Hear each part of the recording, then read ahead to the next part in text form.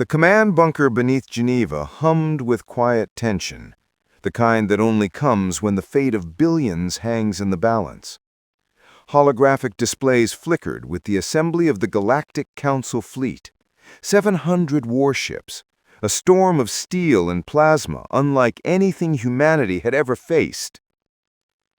700, General Valen murmured, jaw tight, eyes scanning the map. Everything we have left wouldn't scratch them. President Leora Kane's gaze was steady, but inside her chest tightened. How long until they reach Earth? 3 weeks, maybe less if they push the engines.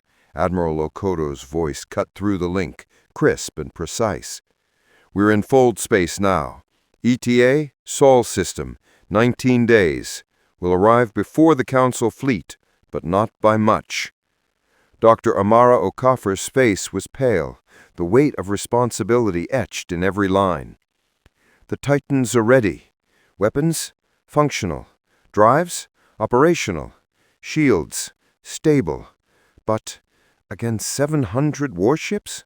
I cannot say if 3 Titans alone will be enough.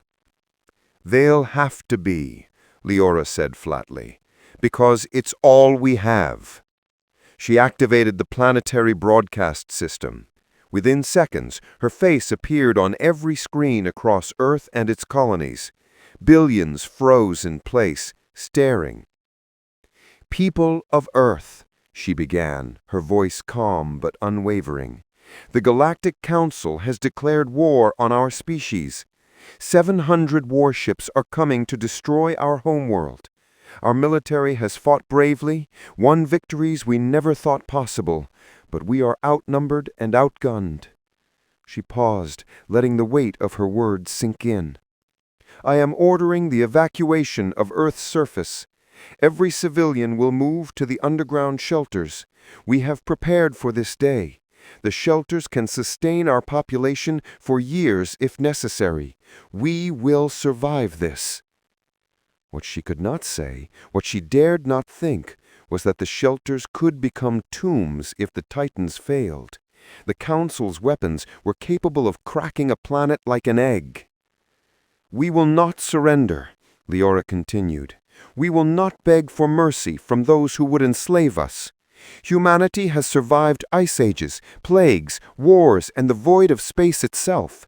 We will survive this too. Stay strong. Stay together. Remember, we are Earth. We do not break. Across the planet, evacuation commenced. Billions descended into massive underground cities, clutching family and hope. In orbit, the last defense platforms activated. Small and battered compared to the Council's might, but crewed by volunteers willing to die for their home. Admiral Chen's fleet limped into position. 47 ships lost at New Cievo, the rest battered but operational. Not enough to stop 700, but enough to fight. Elena Vasquez, a prisoner aboard the Zenari flagship, watched the Council armada assemble.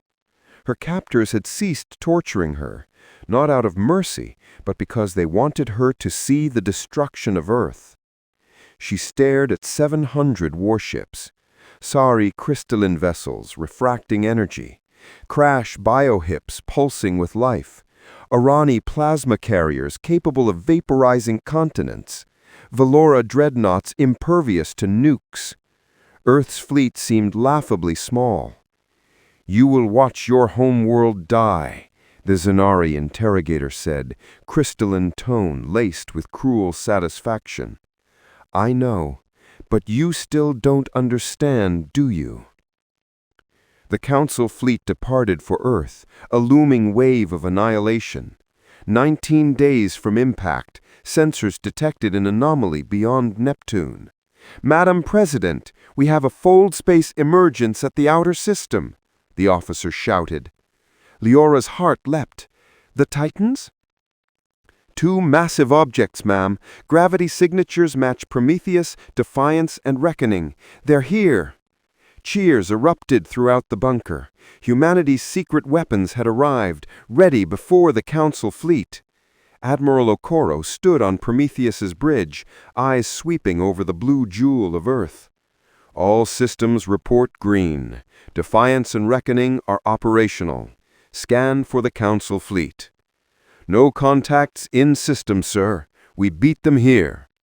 Leora's image flickered on the bridge, tears streaking her cheeks. Welcome home, Admiral. We're early, but ready. 3 days before the Council arrives, we'll make every second count. In 72 hours, the Sol system transformed into a fortress. Titans formed a defensive triangle around Earth, each a bristling city of mass drivers, gravity cannons, and weapons drawn from planetary cores. Each housed over 1 billion people, a planet's worth of courage and firepower. When the Council fleet arrived, Crystallis's flagship shuddered under the sight of 3 small moons armed to annihilate 1,000 ships. "What are those?" he whispered. "We call them Titans," Okoro's voice rang across the void. "We adopted, prepared, and built in secret. Each carries weapons that can shatter dreadnoughts, shields that resist planet killers, and the will to defend our species to the last breath. You wanted to exterminate us. Instead, let us show you what humanity becomes when pushed to the edge." The Titans moved, bending space itself. The Council fleet unleashed hell, energy beams, plasma, missiles. Prometheus's shields shimmered and held. Then the Titans struck. Mass drivers tore ships apart like paper. Gravity cannons collapsed hulls into singularities. Within 90 seconds, Prometheus alone had destroyed 100 warships. Chaos spread. Fleet commanders shouted, orders collided with panic. Every attempt to focus fire on a Titan ended in catastrophe. Defiance and Reckoning intercepted fleeing vessels, preventing escape. Humanity's conventional fleet, once negligible, struck with surgical precision. Drones swarmed, AI-guided missiles found every weak point, and the Council forces disintegrated under coordinated ferocity. Elena Vasquez watched, her captor's expressions frozen in disbelief. She had been meant to witness Earth's fall. Instead, she witnessed its triumph. Hours later, the Council armada lay in ruins. 400 ships destroyed. Survivors fled through jump gates, screaming into the void. Humanity had survived. On Prometheus, Okoro allowed himself a rare smile. "Well done. Stay alert. This isn't over. The Council will respond, and when they do, we must be ready." Leora Kane stood on Earth's surface, restored and thriving, Titans orbiting silently overhead. Across human space, the Battle of Sol became legend. Humanity had revealed weapons capable of challenging the Council itself. Months later, Senator Thraxus of the Velora arrived to negotiate. Leora and Okoro demanded full Council membership, recognition of human sovereignty, access to all trade routes, and the restructuring of galactic governance. Humanity would not ask permission. It would take its place among equals, or fight again. Beyond the galaxy's edge, something darker stirred. Ancient ruins in the Tartarus cluster revealed civilizations annihilated by forces older and more terrible than the Council. Massive anomalies moved between galaxies towards the core. In 15 years, they would arrive. Humanity and the Council united, sharing technology, knowledge, and expertise. Titans and Guardians rose across the galaxy, a shield against extinction. Every species contributed, every world prepared. 15 years before the darkness would reach them, President Kane addressed the galaxy. Trillions watched as her image spread across the stars. This is not humanity's fight or the Council's fight.